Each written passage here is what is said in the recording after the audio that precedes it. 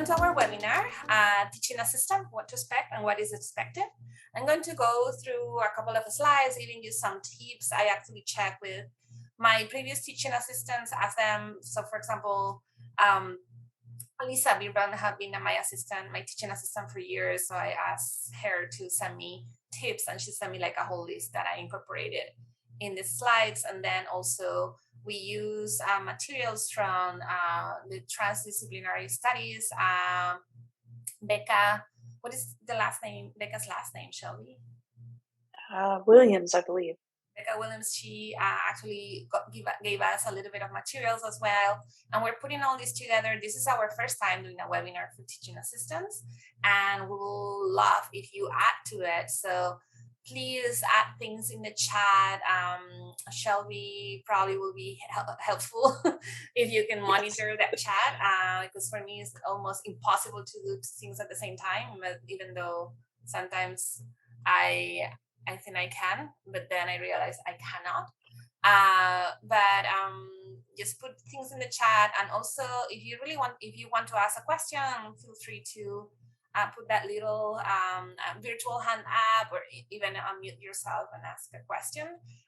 We want this to be a place not only for us to tell you what to do, but also for you to meet other TAs and to know that they're there if you have questions. Like maybe like at some point we can create a little bit of a TA community house here at the PFF, so you can get all the support that you can from us, but also from each other. So what are we going to expect about today? So today we're going to do I already did a little bit of the introduction. Then we will be talking about what does a TA role entail. We will be talking about something that is important, that is the meetings, another that is the tasks that you will get involved in. And also I will give you a little bit of support on how to deal with Chronos, not much, but just so you know where to get there. And then we will kind of like dive into TA problems and tips to solve those problems. And we're going to focus on communication. Of course, we're going to focus on grading and student teamwork. And we will end up with some dilemmas for professionalism and ethics that I would love to get your input on, so we can talk about them together and figure out what do you think that we should be doing as TAs. So the first thing that we're going to do now is I'm going to do the Mandy Meter. So if you can use a QR code, or you can go to 3wsmenti.com and enter this code. You will see the code all the time in the screen. And let me know if it is working. Hopefully it is, because I'm in presentation mode. Is it working?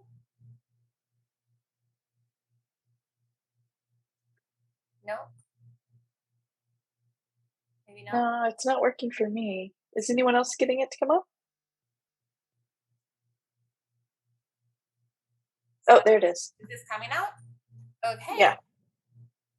Perfect. So please let me know, just between a strongly disagree to strongly agree, how much do you agree with these statements?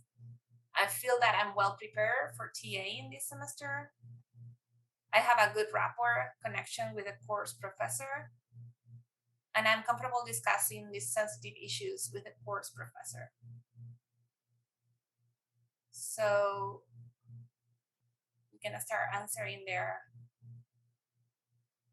And it should, as far as I know, it should come out as we answer, or not. Are you able to answer?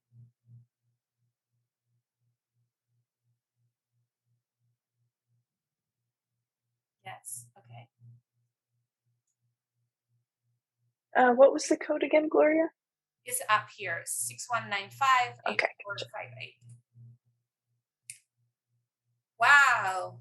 Okay, so far we're like in the medium point. Some people are here. That's good. Okay, now we're going down. Remember that out here is strongly disagree and out here is strongly agree, just in case.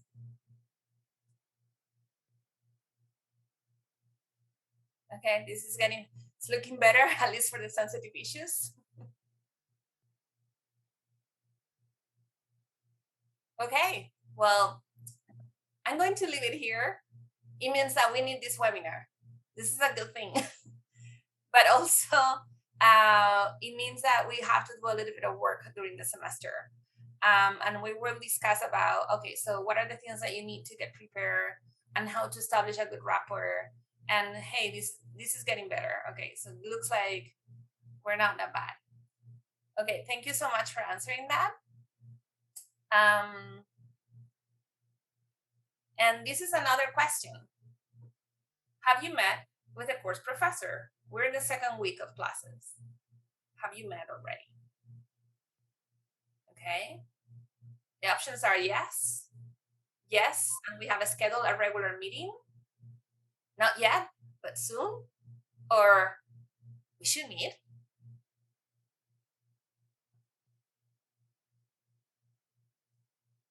Okay, well, at least we're good here.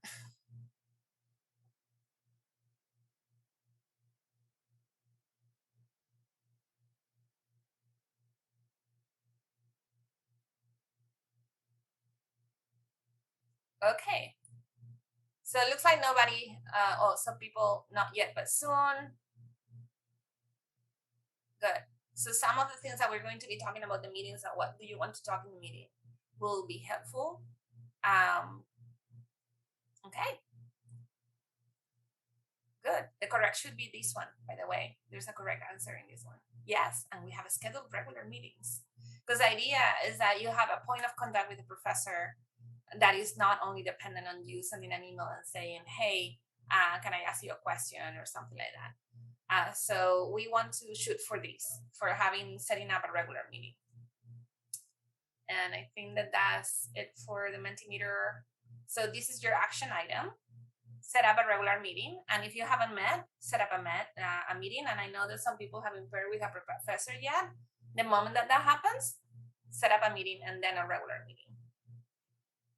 Okay, so let's go back to this. So talking about meetings, so there's going to be 3 types of meetings that you want to set up. First is a pre-course beginning of the semester meeting, and in there's 2 things that you really want to discuss there. One is the expectations that the professor has about you in terms of what are you supposed to be doing as a teaching assistant for the course. Okay. But you also have an opportunity in that meeting to provide an idea of what their expectations are for you about the course. Why are you TA in this course specifically? Is it because you want to learn more? Is it because you already took it and you love it and you want to do it again? Some students take it so they can prepare for orals because it's a core course that they know that they're going to have an exam on, and that way they can re-practice. Some of them are really interested on taking the course, but they already have taken all their credits, so they're taking the course as a TA to learn. There's a lot of very different reasons why you want to take the course and what are the expectations about it. You may want to, a lot about what the course is about, and you may want to negotiate with the professor to provide a guest lecture, for example, or that you want to be a real partner in the community of learning that is created within the course. This is a conversation because it really, depending on what the expectations of the professor has, the expectation that professor has about TAing and your expectations, there may be a good fit or not a great fit for exactly what you need. But at least with that information, you know what you're in for and what you want to do during the semester to fit those expectations. The other thing that you want to double check is what is the professor's expectations about the students? What are they expecting that the students do in relation to not only the coursework and what is their learning and how do they want them to do the assignments and think about the course, but also in terms of what is that he expects that you do with the students? What is the relationship? Does the professor expects that you meet with the students all the time and he only meets with students when there's a bigger issue or a more complex issue, you need to discuss all these things. And there's no rights or wrongs as far as you are doing all your work within your hours and is within the realm of your responsibilities and how comfortable do you feel doing certain things. And we'll talk about that. And then the other thing is clarify the professor expectations for students is a continuous loop. You establish it at the beginning, but then your community of learning and your classroom is going to change over time. Like you're going to notice that there's different types of learners. The professor thought that they were teaching a class mostly for more senior students, like more like third or fourth year PhD students, and then you have a lot of students who are master students first year. So for example, those expectations have to be rethought. So there's a continuous loop where you actually are bringing also back the expectations from the students because you're hearing from them, because the students are going to be talking to you more than to the professor because you're a peer. So you maybe want to be the person who really like creates that continuous loop between the professor expectation about the students and the students' expectations about the course. And that brings us to the second part, that is like, if you don't have regular meetings every week or every 2 weeks, I always set up regular meetings every week with my TAs. At least you need to have one mid-semester meeting for sure, where where you can ensure that there's continuous alignment between the professor and the TA, that the assignments are going well, that there's no problems with Canvas, what are we going to be doing from mid-semester on, is we're in the same page. So if there's no regular meeting, mid-semester is important anyways. And then another meeting that we never think about, that I think that is really important, that we have to think about, is the wrap-up and post-evaluation meeting. One thing that you could do is from the beginning to ask a course professor if they're open to feedback. If they are inclined to do so, and they should, because they're faculty professors, so they should be very open to feedback.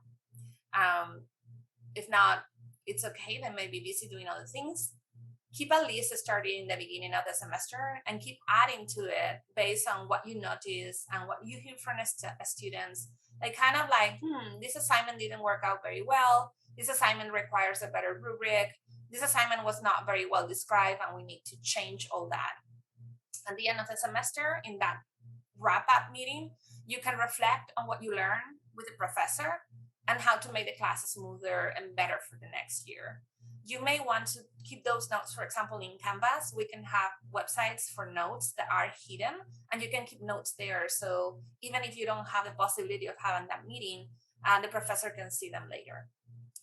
If you help with a course redesign of the course for next year's, and you take a proactive, constructive approach to it, you are enhancing the possibility of getting good references from that professor that could be helpful for jobs, not only teaching jobs, but other type of jobs. Because at the end, if you think about it, the course professors is your supervisor. So if you need job references, they could be one of them. Okay, so now let's go to the Mandy Meter again. I should have getting this set up. Well, I have it set up, but I need to the other one. And we're going to open a different code. Sorry, you're seeing a lot of the behind the scenes. Okay, so a different QR code and a different code. You have the code here, 7730-0980.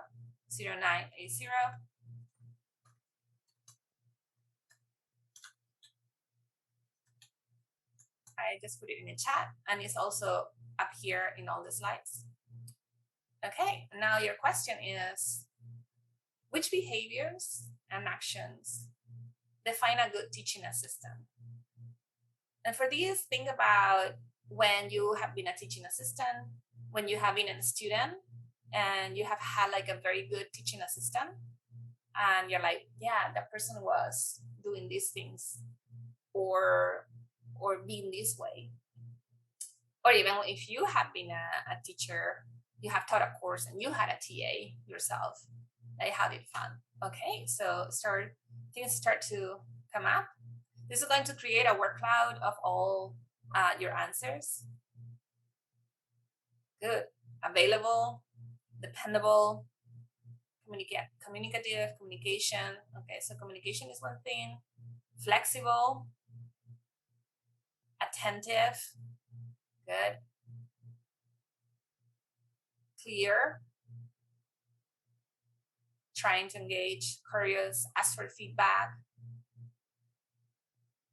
Yeah, I can see how there's themes that are going to be repeating across the webinar, because there's going to be a lot of emphasis on communication, both in communicating, but also you have the active listener and the ask for feedback.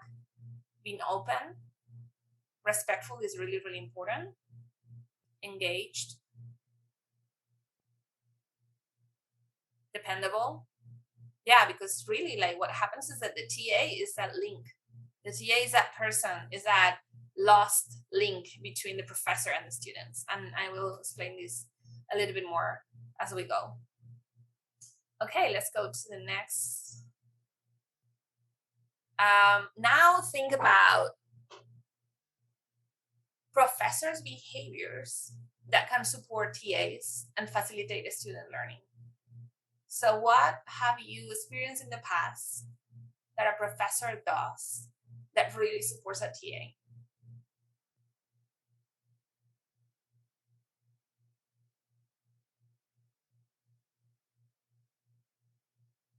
Provides feedback and clear expectations.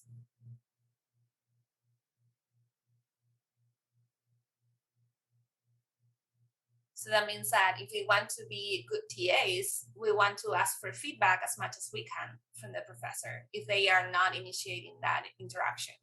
And we should be asking for expectations. Establishes boundaries, yes. And that's something that sometimes we feel a little bit uncomfortable about doing, because there's a power differential, and that's something that is important. There's going to be a lot of power differentials in the classroom for us. We have a power differential with the professor, and we have a power differential with our peers who are the students. So establishing boundaries from the beginning is really, really important. So we know where our responsibilities start and where they stop, where our personal life starts and our professional life stop. Unclear instructions. That is, again, back to the expectations and being able to ask for feedback or for instructions. If you don't know how to do something, always ask your professor. You know what? I'm not the professor of this class. You don't have to say that, but you're not the professor of the class. You don't need to know all the answers. So if you don't know them, ask for it from the professor. Flexibility and good listener. Yeah. So we can ask the professor to be flexible, but we also have to provide some accountability for them to also be flexible with us. Okay, well, thank you so much for participating. This is great. And let's just go now back to the slides. If my computer wants it. Sometimes they have a mind of their own. Okay. So going back to what we were talking about, what is a good TA? Is communicable, communicates well, is dependable, is flexible.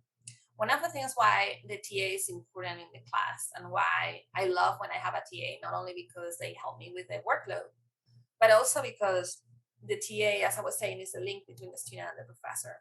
There's a concept by developmental psychologist Vygotsky many, many years ago, who found this idea about the zone of proximal development for learning this was in children, but it actually is used for all learning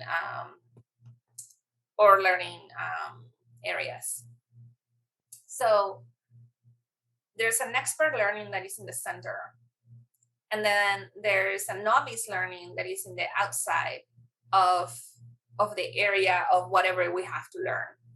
So in order for the novice learner, they need to find a way, the expert learner needs to find a way to find that zone of proximal development where there's a little bit of overlap and the language that we're using, the symbols that we're using, the understanding of what we're learning is kind of shared. An expert learning is very, very far away from the zone of proximal development of a novice learner. However, a TA is kind of on the middle of that zone, is kind of sharing between the novice and the expert. So many times, and I'm sure that you have experienced this, the professor may explain something 3 different ways. And then you go to TA office hours and the TA explains it to you. And it's like, oh, it was that. Obviously, like, how is that I couldn't understand it? And it's because the TA understands the expert because they already have taken the class, they already understands language, understand what's going on, but they also understand where the novice is when they're learning and what is their situation and what is the frame of reference, the mindset, what they know and what they don't know, so they can find, for example, better examples to explain something. So that's why the TA is really, really important. And I want you to think about your role as a TA as that, as the link or the creator of that zone of proximal development. Also, feedback from TAs. There's value added because you feel, for meeting with TAs, because you feel much less anxious about meeting with a prof. In grad school, we'll have this, how is it called? I don't know anymore because I don't have it anymore because I decided I'm done with it. But this syndrome that you don't think that you should be here, imposter syndrome. We all have imposter syndrome. I just have decided I'm not going to have it anymore. I'm done with it. So we'll have that with a TA because they're in the zone of proximal development is not that bad. So you can ask what other people may call stupid questions. I think they're smart questions because they actually don't have any preconceptions about what the other person should know or not. And then TAs, like as a professor, I utilize in a very instrumental way. That's a very weird word to use about humans. I use your expertise, your competence for guest lecturing in a class and for syllabus building and monitoring. For double checking, like I always ask, like, does this make sense? Should we do this? Should we do that? I'm always asking, should we do this? So trying to create a rapport and a relationship with your prof where that can happen can make the TA during the semester much more valuable and enjoyable. We have a quick question. Yes. They ask, besides developing great tutorial and teaching skills and perhaps mastering the subject material, what else does a TA gain from their job? Wow. Apart from all that, you want more? So one of the things I think that you get is to also understand, I think there's something about the craft of teaching that involves the teaching and the getting messy and the working with the students and understanding that when you put together a syllabus, for example, or when you describe something, it's so clear to you. It's like crystal clear. This assignment is clear what they should be doing. And then is the TA who actually suffers the fact that the professor wasn't really clear. And they realize what are the things that were not clear, where are the things that need to be better at it, how to make things better in terms of the syllabus assignments and even the learning outcomes.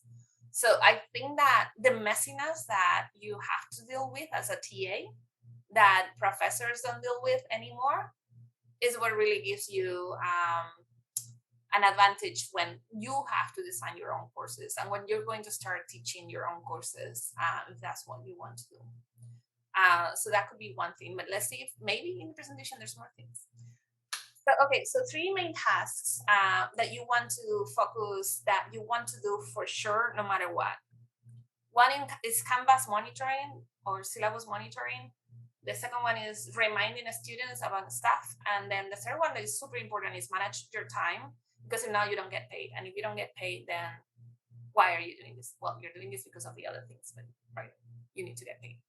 Okay, so Canvas monitoring means to have a lot of attention to detail for the published content, the deadlines. You're going to be in Canvas as a TA, so that means that you can see the course the same way that the professor sees it. So it's really, really important that you put in yourself in Canvas in the student view, and you check all the links and everything as the students see it, double checking that everything is right. Because I rather have that as a TA, like if I'm working as a TA, I rather have checked all the deadlines than having people suddenly telling me, hey, in the syllabus it says this deadline, and then in the assignment it says this deadline, and I'm late and I don't know. And like it's better just to have everything checked. One of the things that I'm doing this year is that my syllabus is evergreen. It doesn't have dates, and the only thing that has dates is the assignments. And I'm hoping that that really helps with the errors that can happen. So if they haven't published the syllabus yet, that could be something that you can put in Canvas, or create the syllabus in Canvas. Just take out the dates, do them evergreen, like the day of class of the second session or things like that. So yeah, all the resources work and link up properly. Everything is clearly explained, and all the rubrics are in the right places, and everything is aligned to the syllabus. And if there's no rubrics, you may want to check with the professor and say, we need a rubric, especially if you want me to grade this. So we will talk about that later. The other thing that you may want to do for sure, yes, Shelby? Oh, yes. Just another quick question, and I don't know the answer to this. Do all TAs work the same hours, 10 hours, and receive the same pay rate? I don't have the right answer to that question. Some TAs may be working 20 if they're into sections, or they may be working 20 if they are a TA for whom 2 TAs had been assigned, and instead of having 2 TAs, they're working 20. I don't think that you can work more than 20 hours as a student. So that could be one reason why a TA could work 20 hours. The pay rate, I think it depends on the department, but don't quote me on that. But I believe that there's departments that be better than others. But I'm not sure. It's just that I have seen some things, but I don't have an official answer for that. That's my experience. I've heard that some people make more than others, but I'm not quite sure. I think it's probably based on class size as well. But yeah, I think maybe check with your department if you're unsure. Yeah, the class size will lead to, so we get 1 TA per every 15 students, I think.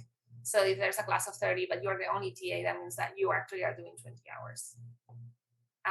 But we will talk about that. So when you're in class, so the other task that you want to do is to remind the class if something is due the following week, or if a big assignment is coming up.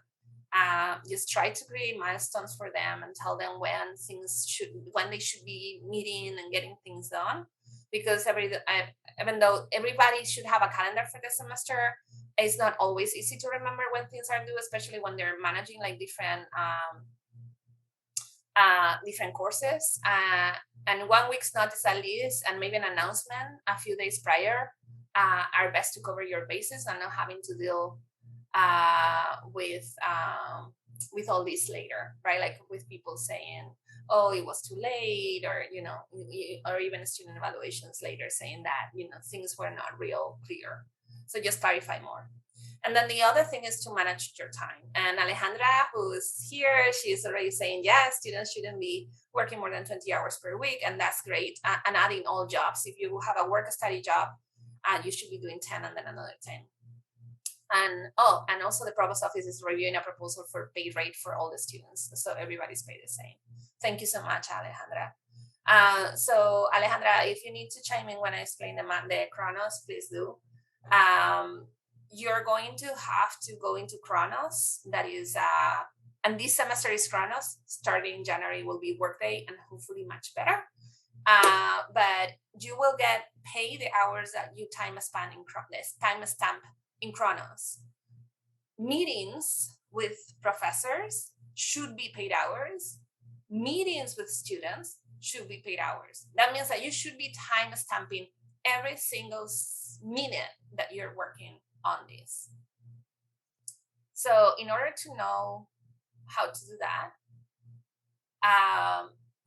You can, if you go to my CGU Human Resources and then Resources again, and in the slides, this is a link, you will see how the third thing is the Kronos Jobs Aids. And you have a lot of information on how to create the time cards. It's just an online tool that looks like the old time cards that we used to have. It's just that because it's online, it's a little more complicated. But here, if you click here, you have instructions for students. And I always tell everybody, don't ever show a slide that people cannot read. And I'm doing that just because I want to show you that there's like 9 slides that show you exactly where to click to get there, to put your time stamp in there. So go to that link and study it before you start doing your Kronos. It takes you 5 minutes, but it's very important. And there's some important things, like, for example, double checking that this is empty when you finish your hour and things like that. It can get a little bit tricky to manage all those hours in and out. My students that work for me with Kronos, because it's not only for TAs, sometimes I'm like, oh, I forgot to time in, I forgot to check out. So there's different ways that you can think about it. Like, the best thing is that you actually keep control of this here, and also in a notebook or somewhere else, or some other online tool for yourself. So you double check when you were working. And so if there's an error, you can show, well, actually I was working during this time. The other thing that I was going to say is that it's important because you really want to get paid for all the work that you're doing. But also there's ways, and Alejandra just start like going like la la la la la la, because I'm not supposed to be saying this. But you could, for example, think about time stamping, like a couple of days, like kind of having it in your calendar. You're going to be working on grading or whatever every single Monday and Tuesday for 5 hours. I think 5 hours. After 5 hours, you have to take a break, I think. Yeah, every 5 hours. Every 5 hours. So do 2 days, 5 hours, or whatever works for you, or 4 days, 2 hours and a half. Check that. And then on the other hand, and then you can check what is the actual time that you're working, because there's going to be weeks that you're going to be working less and weeks that you're going to working more. So for some people, that's a strategy that works, just to do it consistently every week, and then double checking that they're not going over hours. But again, that's not what HR suggests. According to HR, you really have to time stamp when you're working and when you're not. So yeah, you have to be doing 4 hours and 59 minutes. If not, there's a meal penalty. And that involves, I don't know, like every time there's an error in Kronos, I have to, like, as a professor, I have to go and double check and change and stuff like that. So anyways, that's the Kronos, and you will find all the information in that link. That is a PDF with all information. And Alejandra Gaitan, who's the one who's given more explanations on that today. She's our HR master.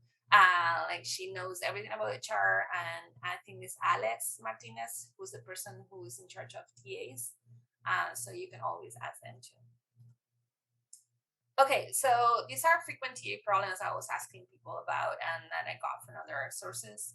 So, for example, that there's no clear dialogue with the professor regarding the expectations of my role as a TA, or that I feel that the TA tasks that I'm given are menial, or that I'm not able to keep up with the workload I'm given as a TA. So in terms of the workload, as we talk about Kronos, you really have to try to fit the workload within those hours.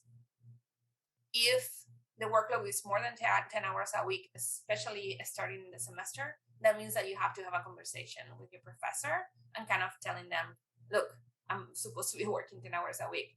And it's not that I'm super extra slow. It's just that you're giving me too many tasks. And that's also another reason why it's very important to keep track of your time. So you can always say, well, actually, like, I had to work 12 hours last week to be able to do this. In terms of the task being menial, or that there's no clear dialogue, I want to go back to the idea of communication. Communication is key. And you really, for example, in terms of how you really want to understand how to best communicate with the course professor. So is it that they want to do meetings, phone calls, texts, Slack, Teams, email, you name it?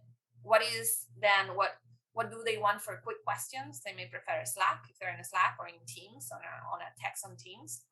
Or maybe for longer messages, they may go like, oh, I require a meeting. And maybe, if it's a longer thing, maybe you don't want to spend half an hour writing an email. Maybe you just want to call a meeting.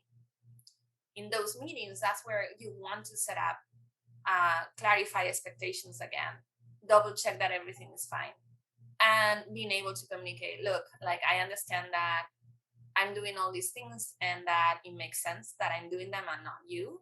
If you think about how much a professor makes in an hour and how much you're making in an hour, it makes sense that some menial tasks are the ones that you are doing, and that's what you're TAing. But that doesn't mean that that you cannot think about other things that you may want to do, to what you would call, enrich your job, right? You can enrich and craft your job to do something a little more meaningful, but that's going to require a conversation with the professor saying, okay, so far I have been doing this, but I would love to do something else. Can I just guest lecture? And that is a line that you can put in your CV later. Or at least can we talk about, creating a rubric together for this assignment that is coming up? And we will talk about that too, because that's something that you may want to do. Also, communication with the students is super important. You should tell them the best way to reach you, whether you prefer Canvas, email, text. I hate that people message me in Canvas. So I tell them, just, email me or text me. I have my phone in my syllabus. So, but you're a TA, you may not want to put your phone in your syllabus, because you want to also set boundaries, and you don't want anybody sending you an email on Saturday night, when a deadline is on Sunday. By the way, never put a deadline on Sunday. And if a professor has a deadline on Sunday, just ask them to change it, because that messes your weekend. And also, so to provide also expectations on how slow or how quickly are you going to respond after hours or on the weekend, and when they expect a response if they send you an email.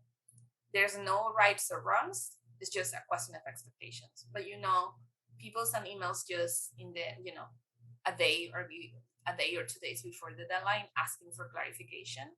And that's why having very clear descriptions, very clear rubrics, are things that you may want to do from the beginning, like that Canvas review, double checking that everything is very clear, to prevent all that.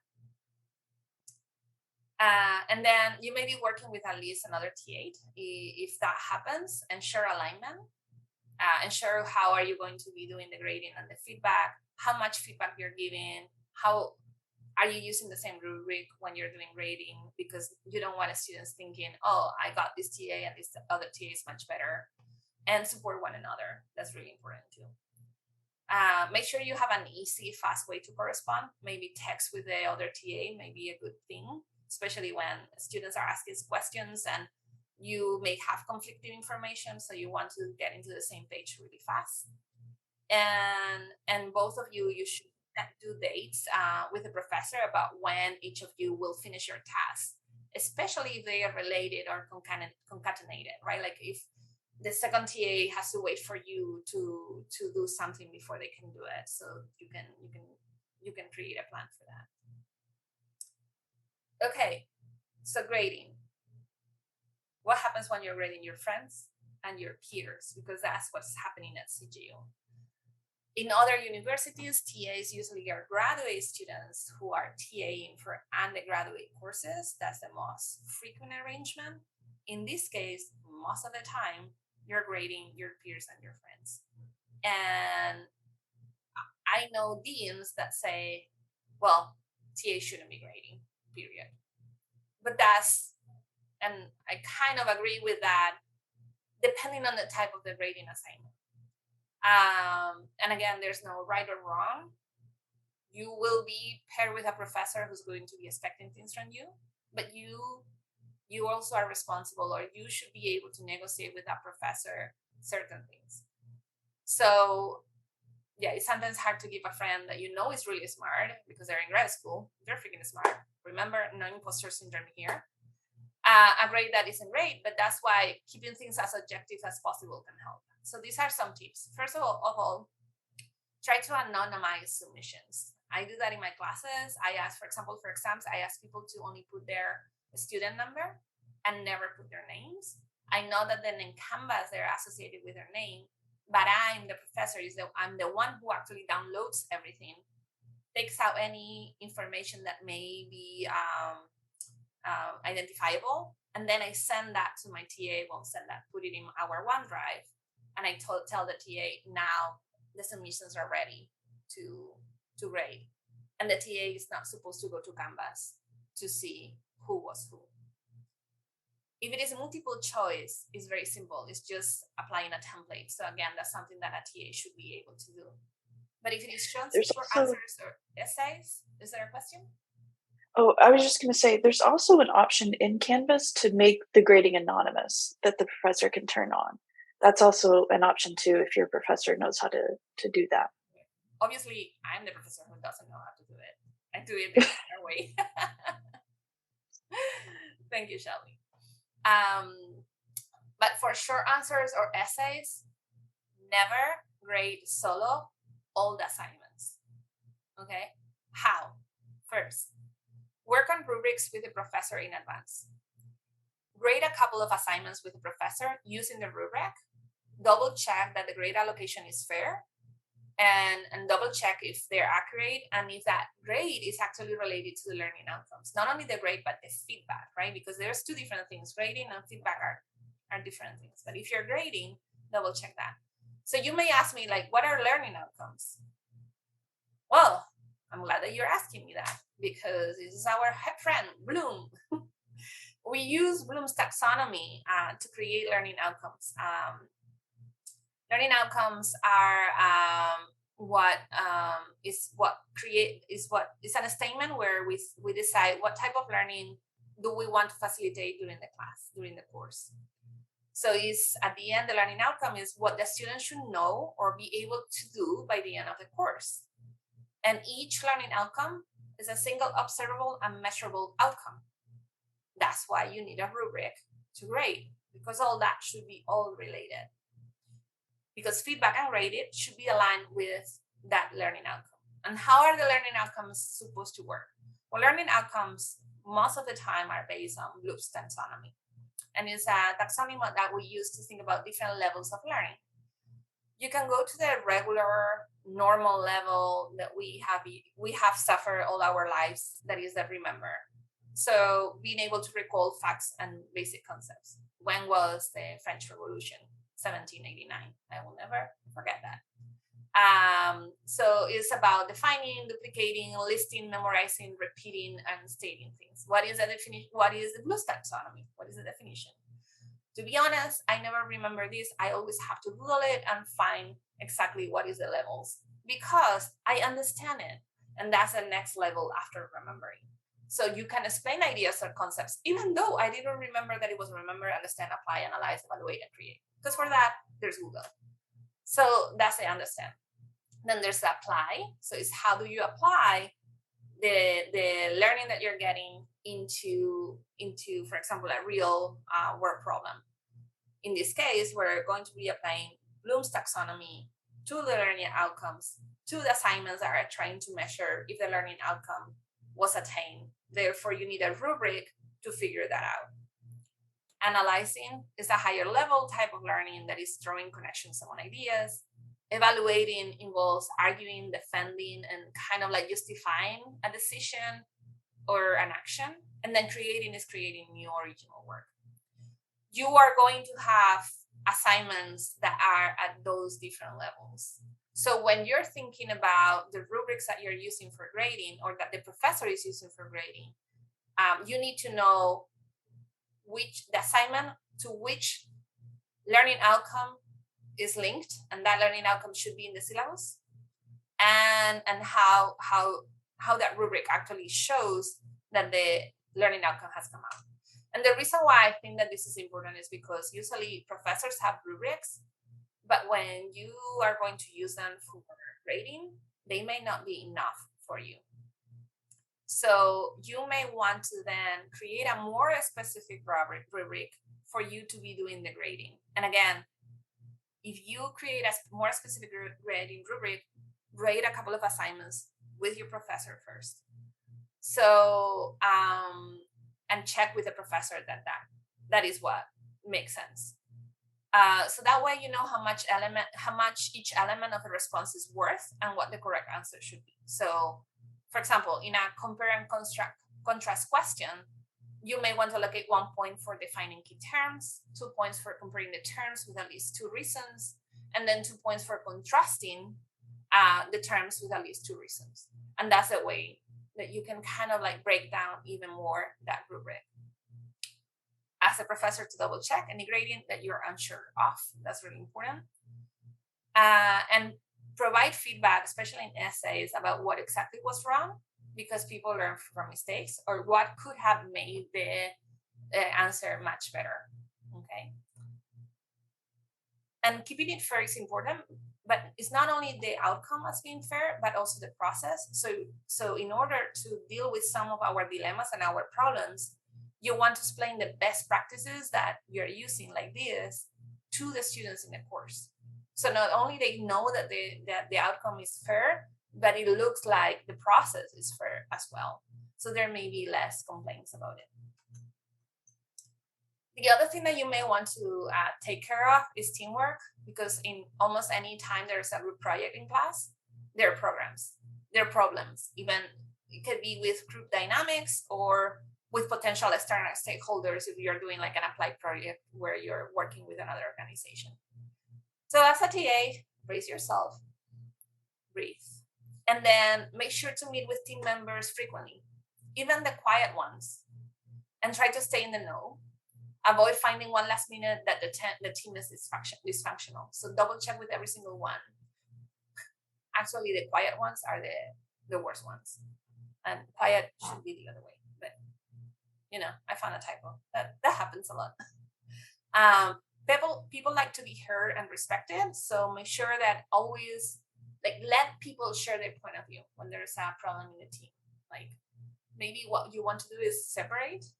And then once you get an idea of what's going on, then bring them together and try to negotiate and mediate.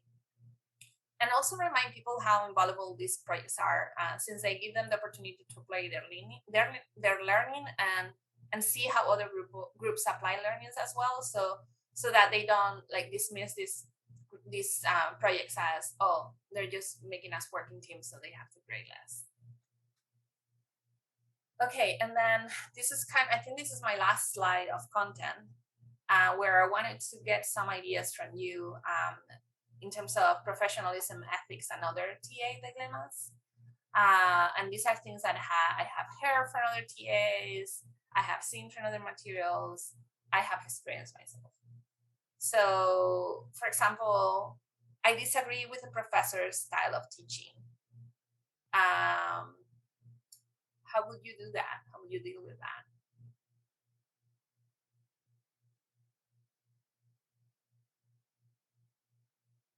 You can put it in the chat. You don't have to talk.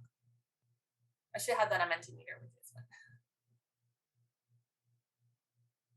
This one is a hard one. I think that thinking about you're the TA, you can provide feedback at the end, provide as much information as you can.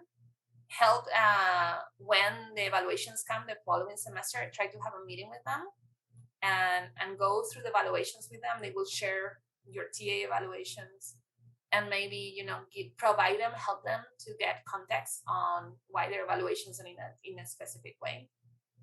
But also at the end, ultimately, is their course. So you're just kind of again, you're the link. So you're just making it digestible for the students as much as you can. You've been a support source for the students, but it's not your course. Then there's another one. There are difficult and sensitive topics brought up in class. How do I navigate the conversation? Do you have any ideas?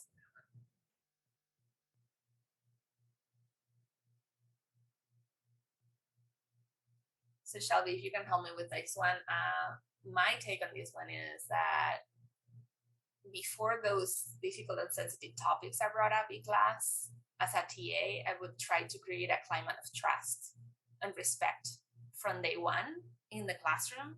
So when these sensitive topics come, there's enough trust to be able to have a clear, engaging conversation about them, and not just a civil kind of like not conversation. Yeah, there's someone wants to talk. Yeah, Maggie, Yeah. go ahead. Yeah, hi. I would also, because I've had this happen before with TA, I would also check in with the student. I mean, obviously, talk with let the professor know if the professor isn't aware of what's going on. But I would also check in with the student individually to make sure they're okay. Yeah, and that's always super important, is that you don't want to push any conversations that people are not comfortable having. That's really important.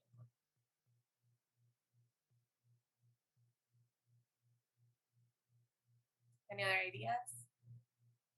Yeah, I think sensitive topics too is just making sure that you're respectful of everyone's ideas. I think that's and everyone else is respectful. I think setting expectations before the conversation comes up is actually really easy to say. Everyone, we're going to be talking about this. We're going to hear people's ideas, and we might disagree, but we're still going to have a respectful conversation. I think that can go a long way. Yeah. Thank you, Shelby. Yes, respect always. Let's go with the ones below. I have very good friends in class, and other students are upset because we go for drinks afterwards. What do you think about that one? I would say invite them to come. And that's one way of doing it. But that one is related to another one that comes here. I really like a student in the class, and I invited them for coffee every week, and they always say that they are busy. So one thing is to go out with everybody for drinks afterwards. And another thing is trying to have a one-to-one with a student in your class that you are treating as a peer, but they're not. At that point, you actually are grading their work. So there's a power differential that you have to be very careful with, because they may feel pressure to go for coffee. So then, you don't grade them lower, things like that. So always try to think about, if I were the professor, or remember that you have power over them. And if you were put in that situation, how would that be? Maggie's saying, yeah, don't hang out with your friends while you're at TA. That's another option too. I just and that makes sense too. I think that one of the issues there is that in grad school we have very close relationships. So it's really hard to put an end to that on them during that semester that you're TAing, because someone is there. I actually have TA while my at that point my boyfriend that I was living with was in a class, and I just couldn't just move out. So just being transparent about it, and saying, yeah, this is what's going on, and then going back to the idea of the grading practices and anonymizing assignments, that helps to trying to make it very objective, because we actually, in this case at CGU, we really cannot separate these things. But for example, if we're trying to initiate a relationship with someone while we are the TA, I would say that's a big no-no, especially if the other person may think that it may be more than just a friendship. If you want to initiate relationships at friendship level, just do it with everybody else at the same time. Don't single out anybody. Yeah, I would echo that and say, like, try to hang out as a group during that semester that you are a TA. And not single anyone out is probably best practice. And do let your professor know if you have a situation like that where someone you're dating is in the class or anything like that, that you should really make sure that they do know, because they might want to grade that single student's work, just to make sure everything's okay. Exactly. Yeah, there's we would that I have done that in the past. I have regraded staff just to double check. And we only have 1 minute left, so I'm going to leave you with all these. But basically, everything is around like all these dilemmas really go back to communication. And if you have a good rapport and good expectations, both with the students and professors, there's a good chance that you can deal with them. But you can always ask us. So things that you may want to ask us, you can ask our questions. Can you also write in the chat questions that you can ask professors this week? So that you may want to think, oh, I want to ask them about this. Now that you have been thinking about what happened in the webinar, what I have told you, what are the things that you may want to learn from your professors now? Or questions that you should have asked professors before TAing for them. And so that way everybody else can get an idea of that. So you can do that. Well, I am giving you more information here. This is my email. This is Shelby's email. And I don't know why I put Gmail, but it's not Gmail, it's CGU. How that happened? I didn't see that. Okay. So yeah, this is not going to go anywhere. I would change that. Okay, and then the next webinar is crafting your teaching philosophy statement. It's going to be on Friday, September 30th at noon. And Noah Ringler, who's one of our PFF fellows and the Career Development Office, will be giving this webinar. And please come by, scan us, find us. We do webinars, appointments, online resources. And if you want to learn more about the certificate in college teaching, please come by the website or make an appointment with us and we will tell you everything about it. And Veronica had a good point. Questions I've asked professors before is, how will you want me to support you? And is there anything you want me to do routinely without checking with you? Those are good questions. Yeah, those are good questions. And we have an end of webinar poll. So if you can answer that, that would help us just collect some data on if this was good enough for you. And we hope that if you have more questions or if you have any more feedback about this webinar today, please let us know. Again, Gloria.Gonzalez@CQ and Shelby.Lamar@CQ.edu. Thank you so much.